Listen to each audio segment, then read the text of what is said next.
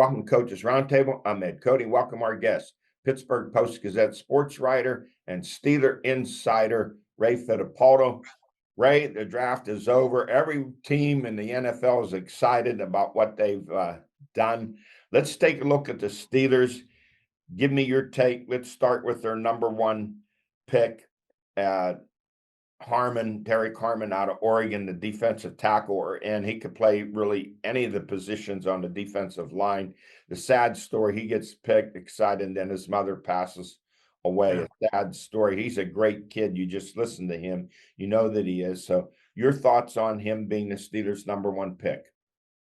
Yeah, and I thought it was the first pick in what would turn out to be a draft where they wanted to address their physicality up front. And Mike Tomlin talked about this on Saturday when they were wrapping up the draft with GM Omar Khan. He said they wanted to retool their physicality. And, when you look at what happened in that game, the playoff game in Baltimore, when you give up that kind of yardage, when you look at the end of the Philadelphia game, you remember the Eagles controlled the ball for almost 11 minutes to close out that game.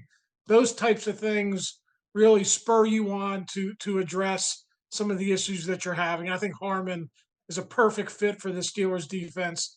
Eventually, he's going to replace Cam Hayward as a defensive end, but while Cam Hayward is still here, he's going to be a great mentor for him. And as you mentioned, Harmon does have some versatility, so he'll get some snaps at different positions on the defensive line. Right. Outside of a quarterback being drafted number one, you don't always expect them to step in right away. But your other picks at number one, how important is it for them to contribute immediately? Yeah, I think for the Steelers especially, if you look at their defensive line, Ed, just touched on Hayward. He's going to turn 36. They released Larry Ogunjobi, um, in March, and there's an opening there for someone to be a starter. So I could definitely see Derek Harmon, being a starter in the base defense. Obviously, when they're playing passing teams, I think Keanu Benton would probably get the nod there for the time being. But you're right. In today's day and age, it's not like it used to be. When Cam Hayward was the number one pick in 2011, he actually sat on the bench for 2 years before he became a starter in 2013. Those days are long gone. Derek Harmon is going to be a contributor for day one if he's ready to play, and the Steelers think he's ready to play. Well, no number two pick. Let's look at number three, a player I've watched quite a bit, especially last year. Big bruising running back, Caleb Johnson out of Iowa, 6'1", 225. Now, I watched him. They say he doesn't have the speed, but he's had 3 collegiate runs of 65 yards or better. He's not a shifty runner, but he's a bruiser between the tackles. So do you see any similarity between him and Le'Veon Bell or Najee Harris? Yeah, I've seen the comparisons to Le'Veon Bell. And Le'Veon Bell ran a 4.6 40 when he was coming out of Michigan State. Caleb Johnson ran a 4.57 at the combine. And, if you look at it, that was one of the slower times among the big time running backs. But, Mike Tomlin was talking about play speed, and they had no issues when they watched Caleb Johnson on tape with his play speed. So they think he's a really good fit for Arthur Smith's outside zone running scheme. And, Ed, you said, if people watched him in the Big Ten, you will see clips of him running away from defenders in the open field. So he is a guy who brings some explosiveness to this offense. And honestly, this is something they've been missing. They've kind of been applauding running offense with Najee Harris. I think getting a guy who has a little bit more ability to break longer runs certainly can help. And he's a guy you need in the red zone, especially inside the 5, where the Steelers have had trouble stuffing the ball in the end zone. Yeah, and you look at the roster, it kind of made sense to add a bigger running back because I think everyone likes Jaylen Warren, but Jaylen Warren is 5'8". Kenneth Gainwell, who they signed as a free agent, is 5'8". So they had a need for a big-bodied running back, and Caleb Johnson certainly gives them that physical presence they'll need in short yardage situations. Well, let's go to the 4th pick. I might be crazy, but I like this pick more than any of the other picks, and that's Jack Sawyer, linebacker from Ohio State. Could be an edge rusher, 6'4", 260. Only thing I'd say about this kid, he has a motor that won't stop, and he's nasty. Yeah. He makes big plays too. If you go back to the college football playoff, that scoop and score really sealed that game for them. So the Steelers are actually pleasantly surprised that he was still there in round 4 at pick number 123. If you look at some of the rankings out there, Ed, NFL Network draft analyst Daniel Jeremiah had him as his number 70th prospect. That's an early 3rd round pick. And NFL.com's Lance Zierlein had him as a 2nd or a 3rd round pick. So to get that guy in the 4th round, I think it's an excellent pick by Omar Khan. We'll see where he fits in. The Steelers are aging a little bit at outside linebacker. I think the expectation is TJ Watt is going to sign a new deal, but Alex Highsmith's getting up there. I think it's good to get a young guy in here, and maybe in 2 years or so, he could be a starter. Well, let's. You want a space eater? You got him in the next pick in the 5th round. YA, is that how you say it? YA Black. Yeah, YA. So I'm older, Ed, so I kind of think of YA Tittle. That's Yeah. how I'm going to. That's Okay. how I'm going to remember YA Black. 6'5", 340 pounds. And he's not a guy you're going to stunt. You're going to put him in maybe the A gap and just said, plug this hole and occupy the center and a guard, but a much needed guy inside with his type of size and physicality. Yeah, he's not a great athlete, but he plays the run really well. It was interesting. We were talking to defensive line coach Carl Dunbar about this pick, on Saturday. And I think the assumption was they're going to stick him at nose tackle, like you said, clog up the A gap. But he actually said he still likes Keanu Benton at nose tackle, and they think they could line up YA Black over guards and tackles. He could push the pocket, and that's going to make it easier for the outside linebackers in passing situations. We'll see how it unfolds. There might be a time where they do use him in the A gap, but for right now, they kind of look at him like a guy who's going to play for technique in their defense and be lined up over guards and tackles. And the next two picks, Carson Bruner, the son of Mark Bruner, former Steeler tight end, 6'1", 225, and Dante Kent, a cornerback. Mostly these guys I see him adding to and helping the special teams. Yeah, absolutely. Actually, when they drafted Carson Bruner, they brought in the new linebackers coach, Scott McCurley, but they also brought in Danny Smith to talk about him. And Danny Smith said he's going to be, if he makes the team, he's going to be a major contributor in all facets of their special teams. He did that at Washington, and he's a guy who could fit similarly into that role with the Steelers. Dante Kent, I mean, they've thrown a lot of numbers at cornerback this offseason. And, they signed Darius Slay, they signed Brandon Eccles, they re-signed James Pierre. They still have Corey Trice and, some other guys. So, Kent might have an uphill battle to make the roster here just because they have a lot of numbers at cornerback. But if he can show he can be a gunner on special teams, that might give him the inside track to get in one of those spots on the 53-man roster. All right, Ray, where in the draft did the Steelers get it right? Where in the draft did they not get it right? Well, a lot of people are going to be belly aching about not addressing the quarterback yet, but I think that's the right call. I think you would have been reaching if you did it in the 1st round. People say, I was "Well, remiss not to mention Will Howard." Yeah, yeah. No, let's talk about Will right now. I mean, a lot of people said you could have got Jackson Dart, and the Steelers did have a 1st round grade on Jackson Dart. They just thought they had a better grade on Derek Harmon, and maybe that was a little bit of a bigger need right now. So I think the outside perception is, especially if you take a look at some of the national analysts who will grade the draft, maybe they're downgrading the Steelers a little bit for that. I don't feel that way. Listen, Will Howard, I think, could be the next Mason Rudolph. I think. I like him. Yeah, having a guy like Mason Rudolph on your roster, it proved valuable. He was a good backup for his first couple of years, and then his last year with the Steelers before he signed with Tennessee in free agency, he had that 3-game winning streak and got them into the playoffs, and he started that playoff game in Buffalo. So, I don't know that Will Howard is ever going to be a franchise quarterback. Those guys are few and far between. You don't really get those guys in the 6th round. But if he could be a good developmental quarterback, be the number 3 this year, and then, listen, let's watch him in practice. Let's see how he does. I think that could be a good pick for them as well. Finally, Ray, before we close here, who in the AFC North impressed you the most with their draft? Yeah, not the Browns. I will say that. I like what the Ravens and the Bengals did. The Ravens added defense early. You think about trying to keep up with, Joe Burrow and keep the points down in the division, and you look across the conference and what you're going to have to do to get to a Super Bowl.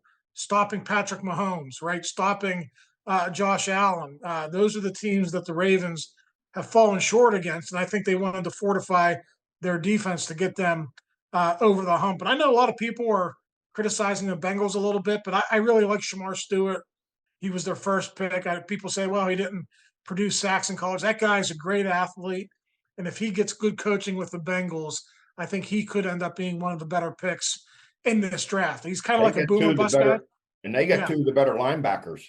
Yes, they did. They addressed inside linebacker as well. So, we'll see how that unfolds. If I had to grade them, I would say Ravens first, but I think the Bengals and the Steelers did a really good job as well. Right. As always, thank you for your insight, your perspectives. And we're going to see you in September when things really start to heat up. It'll be fun. Thanks. I appreciate you having me on. Thank you. Have a great day. I'll be right back with Alan George.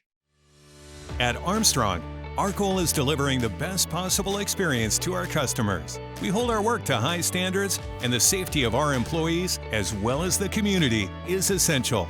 Our employees, business partners, and equipment are easily identifiable. We strive to be as unintrusive as possible, restoring public and private property to the way we found it. Because at Armstrong, it's not just about getting the job done. It's about doing it right and doing it safely. I'm back, joined to my right by the Swami George Abraham, to my left the Tiger Albert Campman. Let's go to Spotlight. Top athletic performances softball. Lexi the Flame Hames, Seneca Valley. She pitched a one-hit, 6-0 win over Norman, striking out 19. How about this guy? She struck out the last 17 she faced. And then she went against a really good North Allegheny team, held them to 2 hits, and struck out 18 Lady Tigers. 37 Ks in back-to-back performances. You have a chance to win. She's a Clemson recruit. She ought to go there now. They may need her. And she got good hitting backed up by Liv Heron. She had 2 home runs and 3 RBIs, and Abby Kolkowski with 3 RBIs. Lily Staub of Monotol had 2 home runs and 5 RBI. Lily Vicaria of Butler, 5 RBI. Addison Burrows, pitcher for Karn City, 11 Ks. Aliva Hartzell, Union AC Valley, 3 RBIs. Grace Hens of Knock, 3 RBIs. Jocelyn Korkoke of Slippery Rock High School, 4 RBI. And how about this? Knock is number 1 in 4A. They're 13-1. And their freshman shortstop, Emerson Jones, is sitting .650 with 7 homers and 27 RBIs. 7 homers. That's power. And a freshman. Baseball, pitcher Justin Shore of Rochester, 13 Ks. Kason Barker of Freeport, 4 RBI. Braden Siggett of Rochester, 4 RBI. Michael Hands of Freeport, 3 hits, 5 RBI. Joey O'Donnell, Karn City, 3 RBI. Danny Murray of Mars, 3 hits. And Jacob Kunzman, Parker Dalcamo, and Bryce Covert, all from Slippery Rock High School, 3 hits each. Boys lacrosse, Jake Tersch of Mars, 7 goals. And in track, the South Fayette Invitational gold medalist boys, Kevin Shriver of Butler, the 100. The 400 relay won by Butler. Shriver was part of that team. That's his 2nd gold. Tyler Carroll, North Catholic, won a 3200. 1600 relay won by Butler. Ryan Beam of Pine Richland, the javelin. For the girls, gold medalist Marin Iski of Pine Richland, the 1600. 3200 relay won by Hampton. Carly Butterball of Knock won the javelin. And dual meet top performers, Ashton Grossman of Monotol, for the 3rd time this year, broke the school record, his own record twice, 15 feet, 6 inches in the pole vault. Logan Skabinski of AC Valley, a school record in the 100, 10.71. And for the girls, Phoebe Brandon of Karn City, she was a 3-event winner in the high jump, 100 meter, and the 4x100 a relay. Baseball, softball, track, all the playoffs are getting underway in another That's week when it gets or two. serious. That's Yeah. when it gets serious. Now let's go to our stories of the week. The NFL draft, also known as the Roger Pierre Goodell Fashion Show. And here's the thing about the NFL draft, guys. We've done this for a long time. You're going to have people you expected to be great will be great. There'll be some you expected to be great are going to be flops. And there are always going to be those surprises from the 4th, 5th, and 6th rounds. No science involved here. And you don't know right now. I always laugh. We give them a B plus. How do they haven't played yet? Right. How do you know if it's a B or a D or? It's a very subjective grade. I just do it for the But I mean, it's right. like they get on there and they say, "Well, so and so." Well, in college, there may have been 1 or 2 on the other side of the ball that are pro caliber. Next year, it'll be 44. You're right. It's a crapshoot. I don't care what they say. Yes. They act like they know. Uh-huh. Mel Kiver's paid a lot of money to be wrong. Well, So I know that we if we took our every minute. Now remember, that's what they do every minute. Study that. Then we could do exactly what they do. And you know, the minute the Browns traded up in Jacksonville, that thing was gone. Your order was gone anyway. Well, if it were a science, the Raiders and the Jets the last 20 years have been horrible. Yeah. And they always get the top picks. Exactly. That's where you know somebody messes up. Yeah. If you're always getting the top 5 pick and you still don't get It's like better. the Pirates. Let's look at the Steelers and the AFC North, starting with the Steelers, the number 1 pick, Derek Harmon, the defensive lineman out of Oregon. You wanted a defensive lineman, yeah, I did. He was one of the ones I liked. Uh-huh. Exciting for him, and yet tragically his mother passes away. I know. Soon after. What kind of kid is he? Let's look at his character, his NIL money. He bought his mother a vehicle for a handicapped person. So he's going to fill the void. He could play anywhere on the line. You look more of him to play on near an offensive tackle, defensive end position. He's 6'4", 313. And say this about when you take a number 1 pick outside of a quarterback, they don't always start right away. This day and age, those number 1 picks, they have to contribute. Yeah, and especially if you play inside now, like the Jones kid for Kansas City is the best example. You just can't be a run stopper. If you're just a run stop, you're not a number 1 pick. This kid has to be able to push the pocket back and rush the passer. That's how great his success. If he's able to do that, then it's good. He didn't have a lot of sacks last year, 5. He had the most pressures, though. He had a lot of pressures. And that's the trick. That's a good point you make. You have to turn those pressures into sacks. Mm-hmm. All right, now their third, no second-round pick, their 3rd pick. I got a bruising inside runner. I watched him play quite a few times over the last few years. Caleb Johnson of Iowa, 6'1", 225. You want someone in the red zone inside the 5 to push you into the end zone. This is the kind of kid to do it. They say he's not fast, but he's had 3 runs of 65 yards or better in his career. I love Iowa. this guy. He's love powerful. He's a nasty runner. I do too. He He didn't catch a lot of passes. Of course, Kirk Ferentz, they don't throw the ball that much, but he could be a 3-down back. Well, they have to use 2 backs anyway. That's the NFL now. Yeah. Unless you're in Philadelphia with Barkley, everybody uses 2 running backs. And here's a pick that excites me.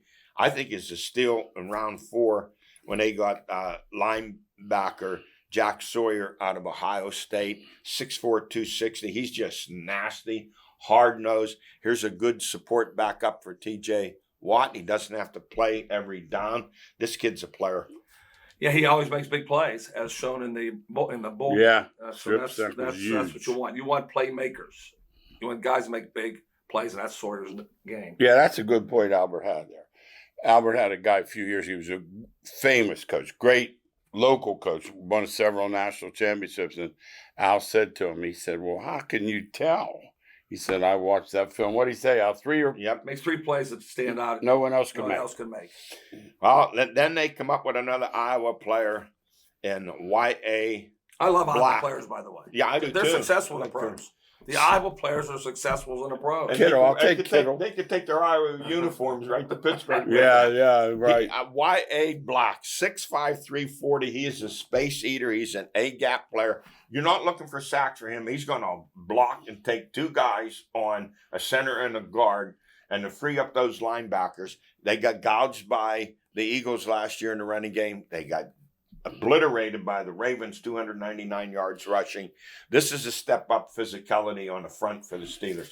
One of the things that I always hate when somebody says we take the best athlete, and I'd rather have if I'm doing this team, I like need. I'm a need guy. There's a lot of people aren't. we knew on the show if the Steelers don't get anybody on the defensive line, Same. they're in trouble. Yeah. And so they at least figured out we're going to take a shot. We're going to take 2 good defensive linemen. No, 3 with Sawyer. And I'll tell you who else is happy about a Y.A. Black being drafted. That's Permane brothers. They're happy.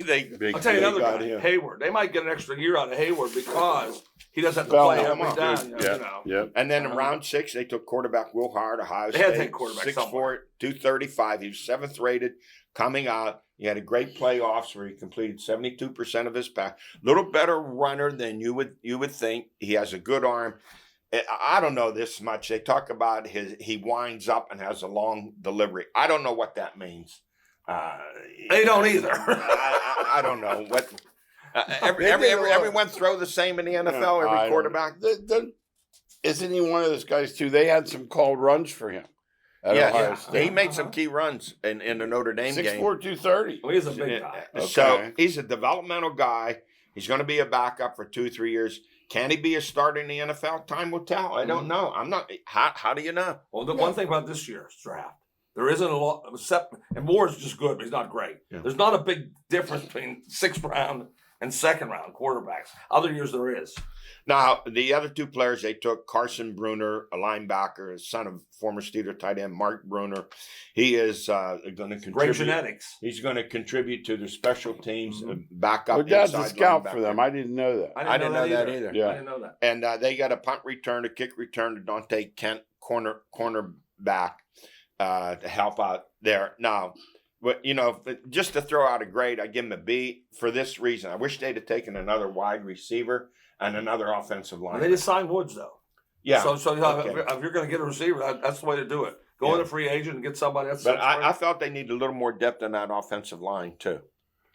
Yeah, you can't take everything now. What do you can't take everything. That's like Al said, who was out there. And on top of that, as you say, it seems like they've been tinkering with that line for several years now. They should get some results. Yeah, the picks they Right. had are 1st-round picks. Yeah, it's not like they're putting maybe they had lousy 2 that guys. were hurt too. Yeah. They should come back to play. So hopefully they'll be healthy.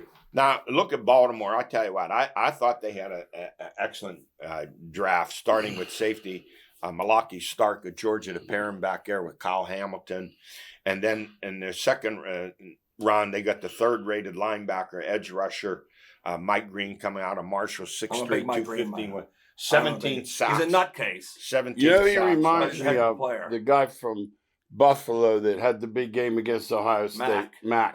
He reminds me of the Steeler linebacker from the about 15, 20 years ago, edge rusher, almost the same size. Now his name That's all right. escapes me. And then I think they got a steal. My wife's name escapes me every day. So I think they got a steal in the 3rd round with massive offensive tackle Emory Jones out of LSU, 6'5", 320. And then they got another offensive lineman in Carson Vinson, 6'6", 315, Alabama A&M. And then they took a guard, Garrett Dellinger, out of LSU, 6'4", 325, to bolster an already great offensive line. Eddie, now I know why you like Baltimore draft. Because you're the offensive line guru. Oh, you love offensive line. You're an offensive line because that's you coached it. And they already had a big, strong offensive They run line. the ball They well. backed them up. You know what? It's time for them. All draft aside, all stats aside, it's time for them to win something. You got that right. I pick them every year and I lose every year. Hey, I look at the Bengals now. They got the premier, one of the top defensive ends in Stewart out of Texas A&M, 6'4", 280, and then really impressed. They got 2 good linebackers. They got the number 5 inside linebacker Demetrius Knight Jr. out of South Carolina, and they got the 5th rated outside linebacker Barrett Carter out of Clemson. Those are good big time programs with play great competition. Yeah, That's important. And here's a surprise at running back. This Taj Brooks out of Texas Tech, 5'9", 230. He is a bowling ball. He is nasty. He is powerful. I've seen that guy play. He's a workhorse too. Now the Browns start off. They get defensive tackle Mason Graham out of Michigan, 6'4", 320. Yes. Then they get another the 2nd rated linebacker, the number 1 rated defensive lineman, Carson Schweisinger out of UCLA, 6'2", 230. And then they get two good running backs, Quinshawn Judkins out of Ohio State. That means Chubb must be done. That's what I'm thinking of. That's Did what you I'm thinking. see? I saw him working out. I sent it to you. He still looks strong? Now, Okay. Albert, he was Okay. doing these Squats again? plyometrics Oh, plyometrics. over these huge hurdles off of 2 feet. He was this far over. He is a worker. He Yes. is a worker. And the other running back I really like is Dylan Sampson. They got out of Tennessee. He ran for a lot of yards. He's got speed. Now, what puzzles me, they take Dylan Gabriel out of Oregon, 5'11", 207, got a pretty good arm on him. He's a He scrambler. threw the ball at the combine 10 miles an hour faster than anyone in the history of the combine. I never knew that. He must have quite a powerful. And then after that, the puzzler, Yeah. they take Shedeur Sanders. No one in the draft room was excited. Yeah, they Kevin were. Stefanski didn't budge. The GM was the only one that did a clap. It was a like golf hugging. clap. It was a golf clap. I think this is Jimmy Haslam. I think he stuck his nose who in. pulled the Deshaun Watson Yes. worst deal in the NFL. Yes. This was his pick. Now, this stuff about Shedeur Sanders is he have a nice arm and not a great arm. He's not a runner. He was sacked 94 times the last 2 years at Colorado. So what? Some of the baggage they didn't want to deal with his dad, maybe. Mel Kiper's nuts. Dr. X-Lax, professor of physics, comparing him to who? Tom Brady, and critical of the NFL GMs for not taking Shedeur Sanders. Well, there were reasons when they pick up. I like that what Kuiper did. Because everybody doesn't like it. Nobody likes Shedeur. Yeah. I like when somebody steps up and looks somebody in the eyes and says, "Wait, I'm the one guy that does." So he's going to be right or wrong. I'll give him credit for that. I like those guys that do that. We do this on the show all the time. Right. We don't always agree with other people. Right. And And, what Brady said makes sense. He said, put that behind you. It doesn't matter when you're drafted. You have to still go out and prove yourself. Exactly. Yeah. And so I don't know that they I just don't wanted- like having two quarterbacks. I don't understand Yeah. that. That means four quarterbacks. I told George yesterday. 4 quarterbacks. Reps are so important. Who's getting reps and who's not? I don't know what's going to happen. Well, I think the big reason he dropped those 94 sacks, he's not a runner. And you put pressure on him, he gets There were issues with he had a Skype call. As he was being interviewed, he didn't hang the Skype call up. I mean, come on. Brian Daboll of the Giants did not like the interview with him. No. And once things start in the NFL, Snowball. is where it's snowball. Well, like Al said before, they prod every part of their body. These are 2 billion plus franchises. This is not the rec league. And I put no